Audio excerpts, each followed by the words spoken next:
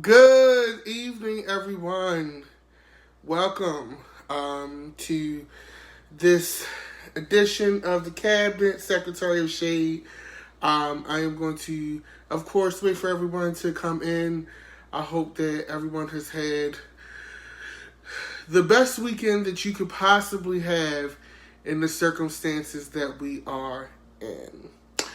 We have a lot to cover. There's a lot going on in the world. Hey Rita, I'm trying a new angle today, because I got some good feedback. A lot of people wanted to see me a little more closely, oddly enough, which, okay, great. But I wanted to try this. What's going on, Candace? How are you? Oh my God, you guys are rolling in fast. Okay. Chelsea, what's going on, my dear? Darlene, what's going on, my friend? I can't wait for you to get here. To Maryland, Sandra, Alethea, Marietta, California in the building. Steph Cooper, Eve. I also am trying this angle so that I can see you guys. Hey Nick, what's going on? So that I can see you guys comments a little better and kind of respond to what you're saying, so that we can have a better interaction. But we got a lot to discuss, bitch. Now, here's the thing, because you guys are here. Here's the thing. Hey, Nicole. Shannon, what's going on, bro? Here's the thing. I understand the sentiment. I get it. I get what we were trying to achieve. with the Kente. Hey, Justin. I get what we were trying to achieve. However, I don't know. They obviously didn't talk to any young people, especially any young African American people, about this gesture. This is clearly, now here's the thing. And while I am a registered Democrat, I vote Democrat. At this point, vote blue, bitch. But here's the thing. This shows how tone deaf and how antiquated Democrats are. And here's why. Because had this been 1994, bitch, this would have worked. The people would have been going off. Our mothers, our aunties, they would have been living for this moment right now. But it's not 1994. Okay? It's 2020. And this, to me, and I hate making a statement, but a lot of people ask me about this. I have to speak to it, and I have to speak to it in my own truth.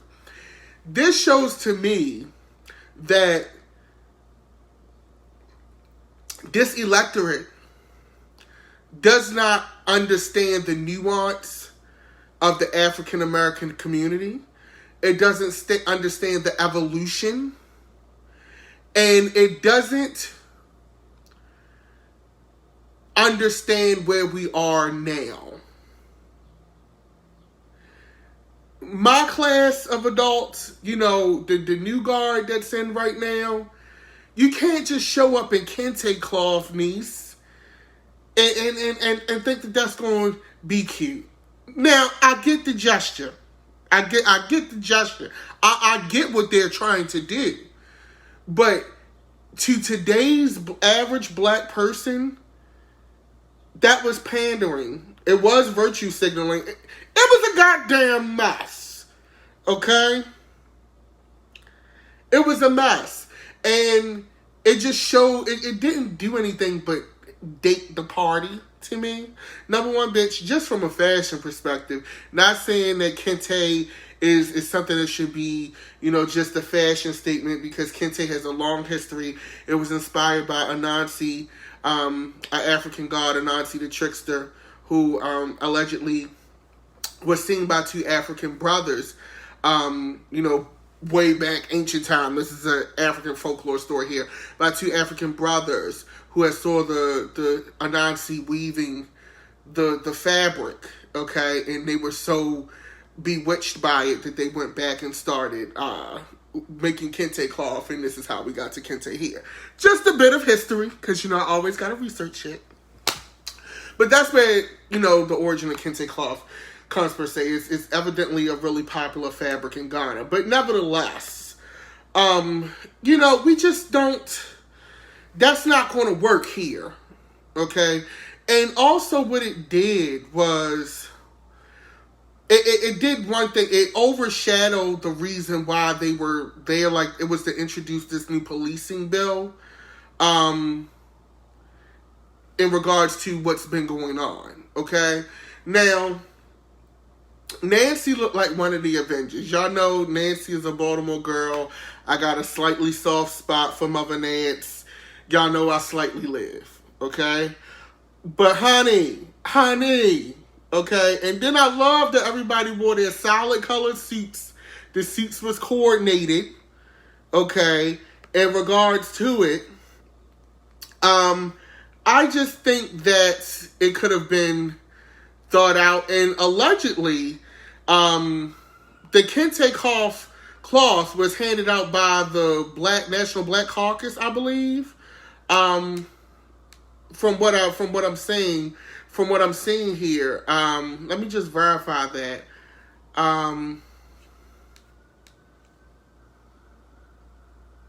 Yeah, I believe so. It was handed out by the National Black Caucus, which is even more weird because I'm like, that shows how dated y'all are. Okay, with that, but Kente cloth is not going to cut it. Long story short, we want real changes. We want systemic changes. People want shit done. Okay, if you haven't noticed over the last few weeks. So the reason that they were there, let's get to that, because we were so spellbound by Mother Kente, okay, that we couldn't do it. The Congressional Black Caucus, I'm sorry. We wasn't even paying attention to why they were there. So, the reason why they were there was because of this new bill that they're trying to propose in regards to, everything that's been going on with the police, brutality and things like that. So the bill, known as the Justice and Policing Act of 2020, okay, it would ban chokeholds, create a misconduct registry, and mandate training against racial profiling, among other changes to national policy.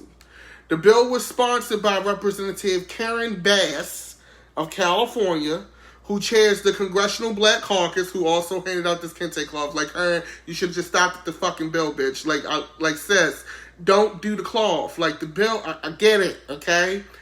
And Representative Jerry Nadler of New York, who chairs the Judiciary Committee in the House. Senators Cory Booker of New Jersey and Kamala Harris of California sponsored the bill in the Senate. Okay, Cory and Kamala, I get it.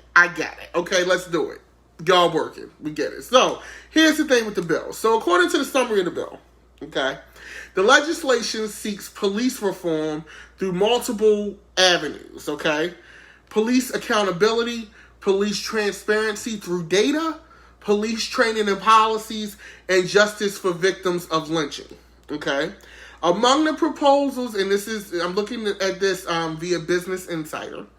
Among the proposals outlined under police accountability, the bill will grant power to the Department of Justice's Civil Rights Division to issue subpoenas to police departments to conduct pattern and practice investigations into discriminatory and unconstitutional police practices.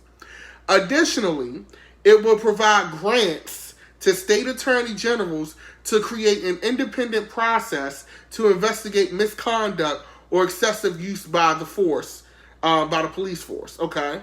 So basically, from what I'm seeing here, basically, they want to fund being able to have some outside entity, okay, some lawyer or whatever,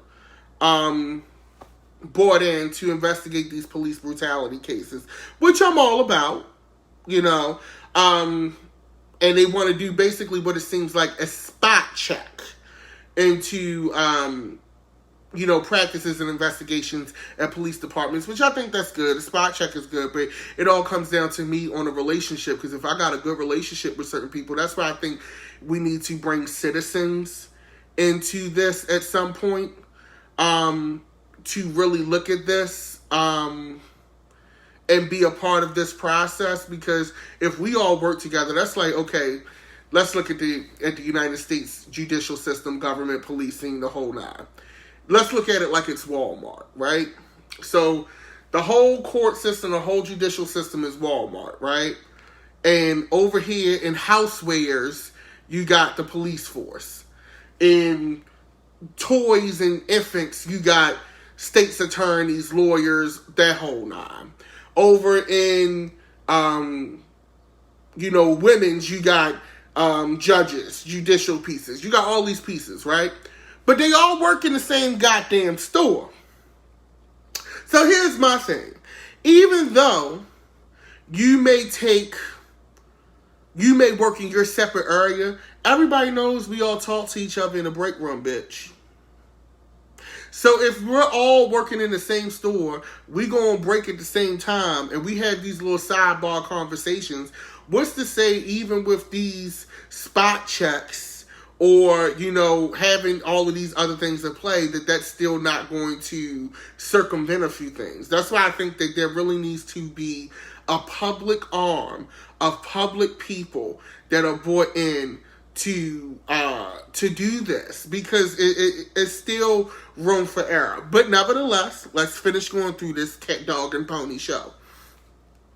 Changes outlined under police transparency include establishing a federal register of police misconduct complaints and whether disciplinary action was taken. The bill will also require states to report incidences in which the use of force was used, and to include the sex, race, ethnicity, and housing status of civilians targeted. The bill seeks to improve police training and policies, including by prohibiting federal, state, and local law enforcement from racial, religious, and discriminatory profiling, and by mandating that law enforcement provide training on profiling and racial bias. Notably, the bill would ban no-knock warrants, Breonna Taylor, for officers investigating drug cases, and issue directly related to Breonna Taylor. The bill will also prohibit the use of a chokehold and would require uniformed officers to wear body cameras and mark police vehicles to be equipped with dashboard cameras. The bill also calls for justice for victims of lynching and will make it a federal crime to conspire to violate existing hate crime laws. Now, here's the thing. All of this sounds nice, right? This all sounds great, but officers in a lot of states supposed to be wearing body cams now, and they be turning them the fuck off. Here's the thing. All of this sounds nice, okay? And I'm just reading you what's in this law so that you have an understanding, I have an understanding of what's going on. All of this sounds nice. But that doesn't mean that people are going to follow these actual guidelines. Yes, it's a law, but paperwork gets fudged. Things get glossed over and looked over. It's just too many room for error. I feel like this is an appeasement. I feel like all of it is an appeasement, because it's not saying what you're going to do to help these communities and these areas that are over-policed, and why they're over-policed. Why are we constantly calling the police to this area? It can't be just because these people are violent or animals, as some people will call them. Shout out to Trina. In regards to policing, we have to take a look into what systemically contributes to why we're here. Okay? Also, too, somebody said, Nichelle, psych evals every 3 years. I think that's a great idea, Nichelle. I think that's a great idea, because, to me, there are certain jobs, right? Just to be a supervisor in a call center, bitch, you gotta go through a psych eval. I think if you're a police officer, you should do that. And I think that, Michelle, that's a great idea, and here's why. Because how the attitude that you had when you started the job 15 years ago may have changed during that time. It almost certainly have. You know, some people go into a job wanting to do the right thing, wanting to be this great person, but either looking at how the system works, seeing bad things happen to good people, seeing bad cops get rewarded or overlooked, may change how you view the justice system and how you do your job. So it is important that these cops are evaluated and things like that. You know what I'm saying? Like that's a good point to bear, which brings us to this whole issue of defunding the police. Now, John Oliver did an excellent job on Last Week Tonight, basically saying what it means to defund the police. Okay? Defunding the police does not mean we're not going to have any law enforcement. Okay? That doesn't mean anything. That does not mean that it's just going to be cops. It's going to be crazy. The niggers is going to be acting up. They're going to be lawless. Okay? That's not what that means. And I want to give a shout out to Kamala Harris for explaining that to Meghan McCain on The View. Because obviously, sis, if you're going to be on a national television show, if you're going to be asking questions and shit, you need to do your research on the question before you ask it. Okay? Defunding the police is not saying we're not going to have police. It means that the police are not going to have the powers, all the know-all, end-all, be-all powers that they have. Let's take some of that money back. Because, like I always say here in Baltimore, there are cops making over $100,000. There are cops making more in the BPD than most elected officials in this goddamn city. Okay? That's just a fact. Why do we need all of this overtime for cops? And we're using police officer time to go and accost homeless people. But the murder rate is 350 murders a year. Okay? Why are we using police to talk about children in school? Not saying that, you know, some schools are rough. You know, I went to one of them. Okay? Some schools are rough. But why do we have so much police in schools?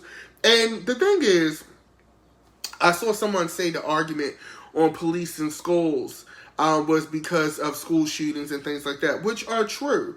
But the reality is this. A lot of the police that are in schools where it's heavy police presence are not the schools that are getting shot up. It's a lot of these schools in the inner city where kids are getting frisked coming in the door. It's metal detectors at the door. Like, the likelihood of a mass school shooting happening in an inner city school is very slim. Just based off of those safety protocols. And I'm going to tell you, it's easier to buy a gun than it is to get health insurance. That's just a fact. The average, and I'm gonna be very, very transparent here.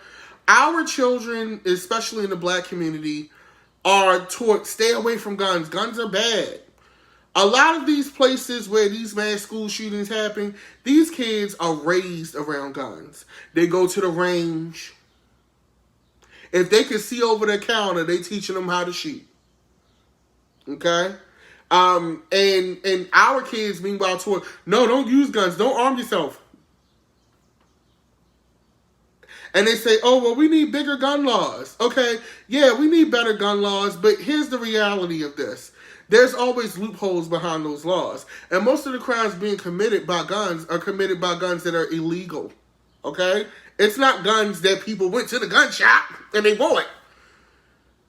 I'm going to tell you, going through the process to get a gun here in Maryland, you got to go through fingerprinting, an NRA class, a 2-week waiting process. It's like a lot of shit to get the gun. So let's focus on where these illegal guns are coming from. That is what the police should be focusing on. Not homeless people, not loitering, okay?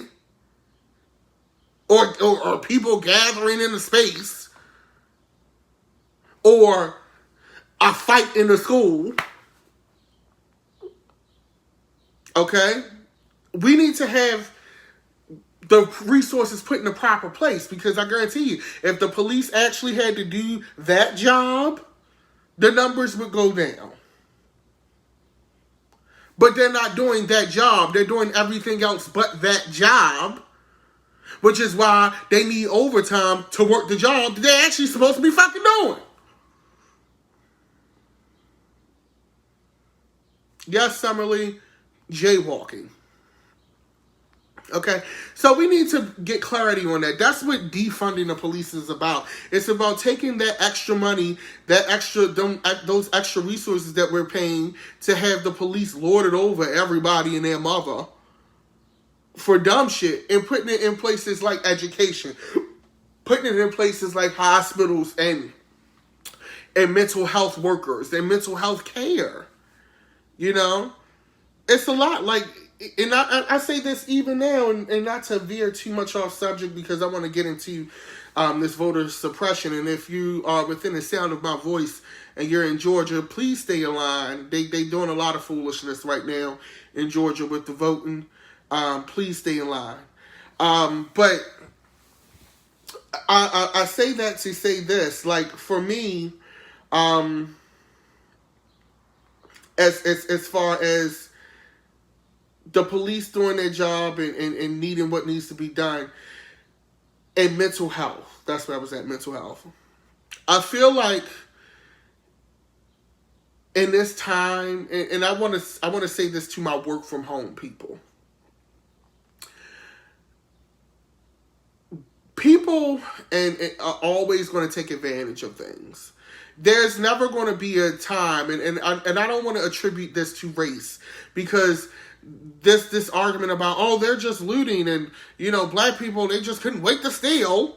Like, you know, she who shall not be named, Candace Owens, Lord Voldemort, I like to call her, Steven from Django Unchained. It's not always about that. And the thing is, looking at my work from home people are happy to have a job. Nobody wants to be included in that 40 million folks that had to apply for unemployment.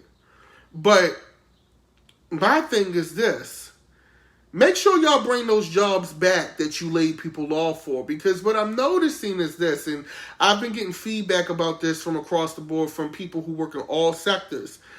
Companies, in my opinion, are using this time to shrink their workforces so that they do not have to hire people. And what they're doing is they're stressing people out, and they're tripling some folks' workloads in certain fields, certain arenas, especially in customer service, especially in manual labor and things like that, so that they don't have to fill those positions when the world opens back up. I guarantee you're going to see a lot of positions just sit or be vacant. Or, you know, once it's going to be this running thing. Well, once everything is back to normal, nothing's going to really be back to normal. Nothing about how we're living right now is normal. When you have people out protesting and rioting, braving, you know, COVID-19, and COVID is still very real. I have a friend and associate who just got diagnosed with COVID, so it's still around. She didn't disappear like a lot of people thought. She didn't just evaporate, okay? But I feel like the excuse is going to become, well, you know, we just want to, we want to keep you safe. We want to make sure everything's safe, okay? Safe means me having the mental capacity to do my goddamn job. Okay? Safe is me not being stressed out. Raise your hand in the chat if you're working 11 and 12-hour days. That's not a work-life balance. That's not mentally safe. Raise your hand in the chat if you're now seeing a goddamn therapist. Teletherapy. I wish I'd invested in that stock. Okay. Raise your hand. Raise your hand if you're now taking anxiety medications that you haven't taken in years, but now all of a sudden you have to take them because you're going like your anxiety is on 10. Raise your hand in the chat. Give me a raise your hand emoji.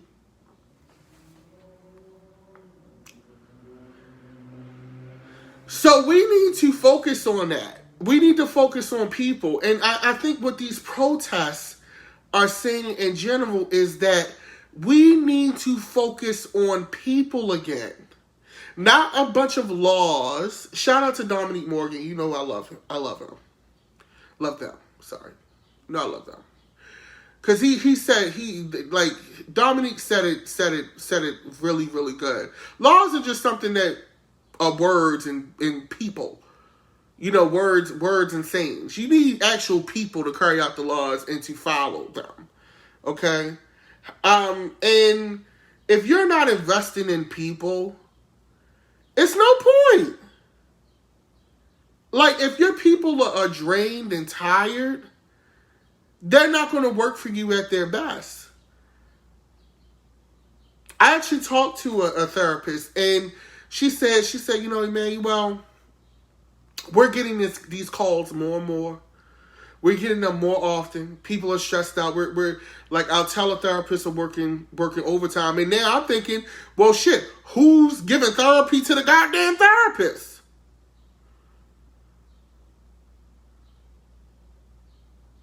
So we need to think about that.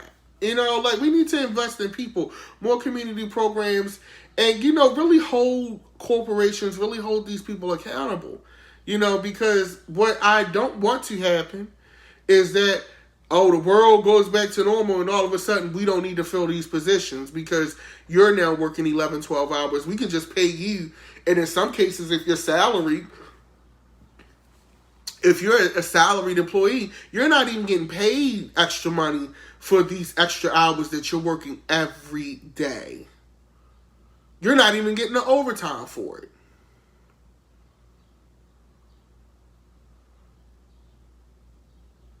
So think about that. You know, so it's a lot of things that go into that.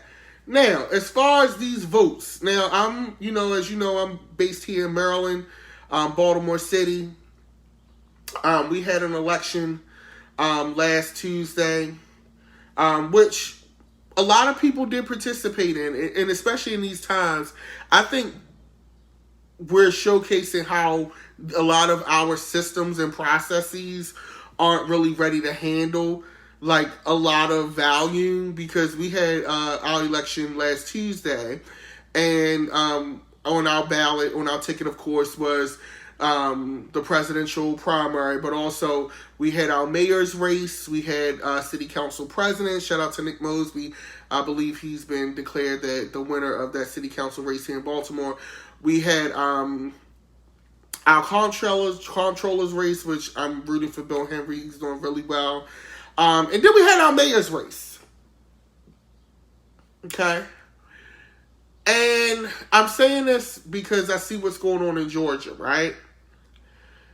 Why is it a week later and I still don't know who my new mayor is going to be? Baltimore. Now, I understand that people had to mail in ballots. But if it's a city election with people in the city voting, and the votes had to be postmarked by June the 2nd, okay? It's now June the 9th. It does not take 7 days for a letter to come from East Baltimore to West Baltimore. I'm just saying, bitch. Okay? We still don't know who the mayor is. There's been issues in District 1 of our city with ballots not being correct. And it's frustrating. It's got to be frustrating to the candidates.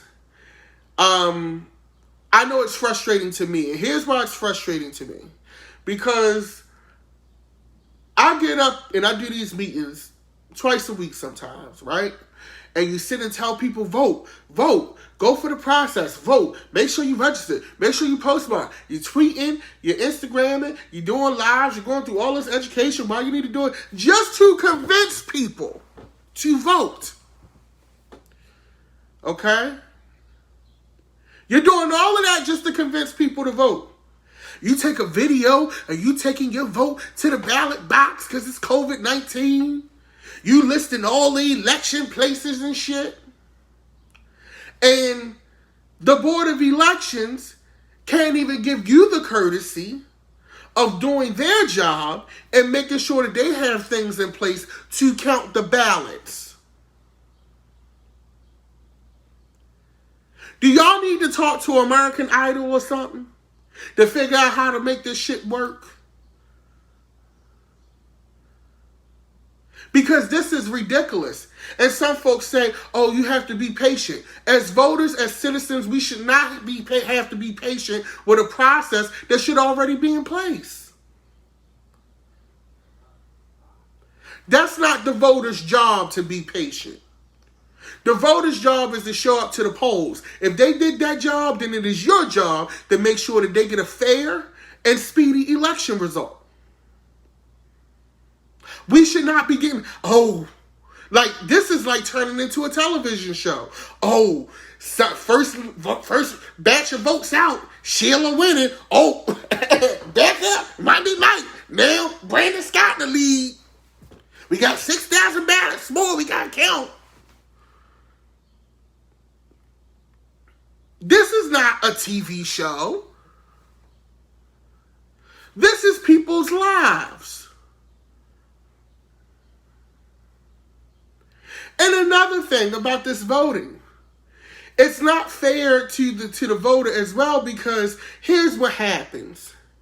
When the average voter hears, oh, there were problems with the votes in District 1, or with the ballots in District 1, oh, we still counting votes. It's a week later, we still don't know. That then makes people question, well, did they really count my vote?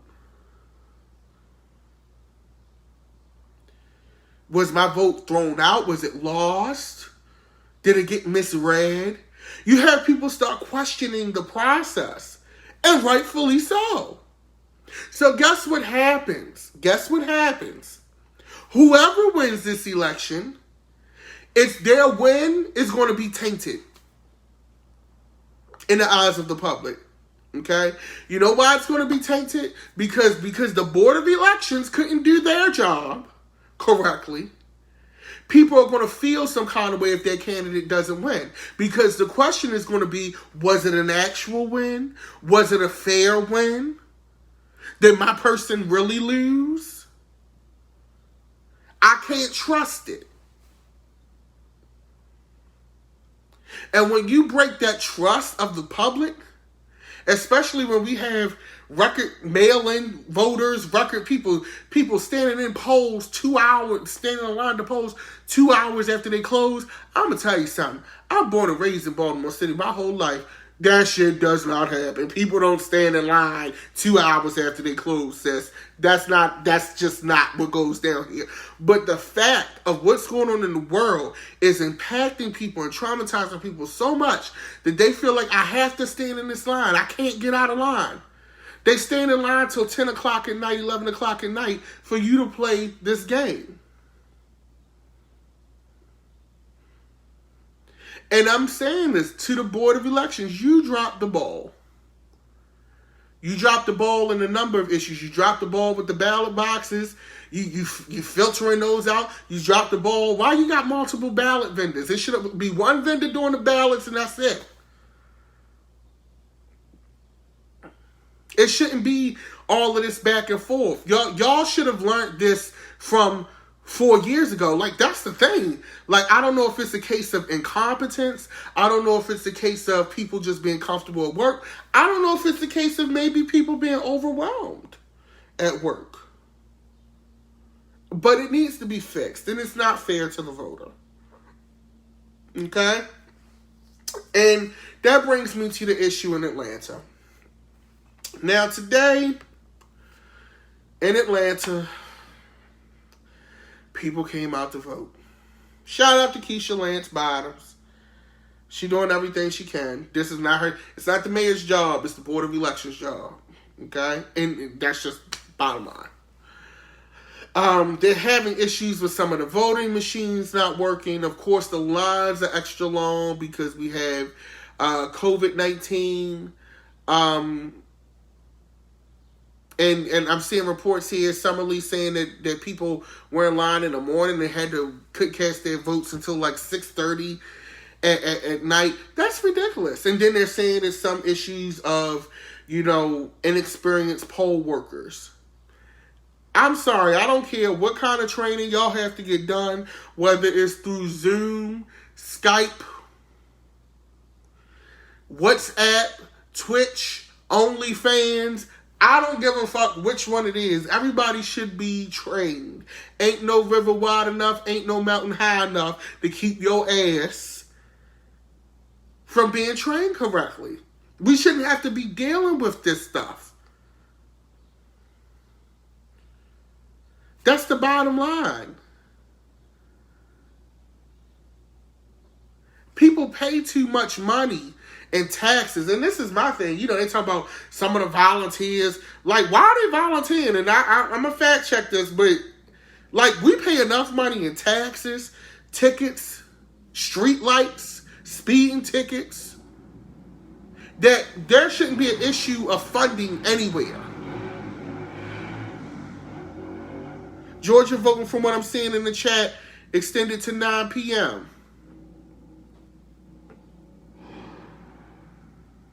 It's just like, it's too much. And I'm tired of the red tape. I'm tired of, I feel like we're living in the government in a time where they're blaming the citizens, for the people who are put in place not doing their jobs. Do your job. Screen who's working in the police. Make sure that your people have the right training. Make sure that you have all your supplies. Y'all have 4 fucking years to get ready for this election. 4. Not 4 weeks, not even 4 months. 4 years to get ready for this election. And we still, that's crazy to me. Y'all had 4 years to get ready for this election and the shit still look like this?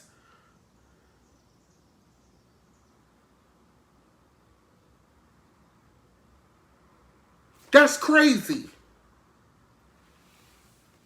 But in the times that we in, I'm going to say it again, even though I sound like a broken record, still go out there and vote. Still stand in line. Make your voice heard for whatever it's worth. We got this general election coming up. And here's my thing. To every board of elections, if you are within the sound of my voice, y'all done fucked up this primary. Have it together by the general. It is now June. July, August, September, October, November hit. Y'all got 4 goddamn months. 4 months and some change to have this together by November. Please have this together by November for your sake. Because if this is not together by November, I don't think this country can handle any type of fiasco like this. It just can't. Okay? They just can't. So please have it together. For your sake. For the sake of the country. Because the border, please understand, this election might be,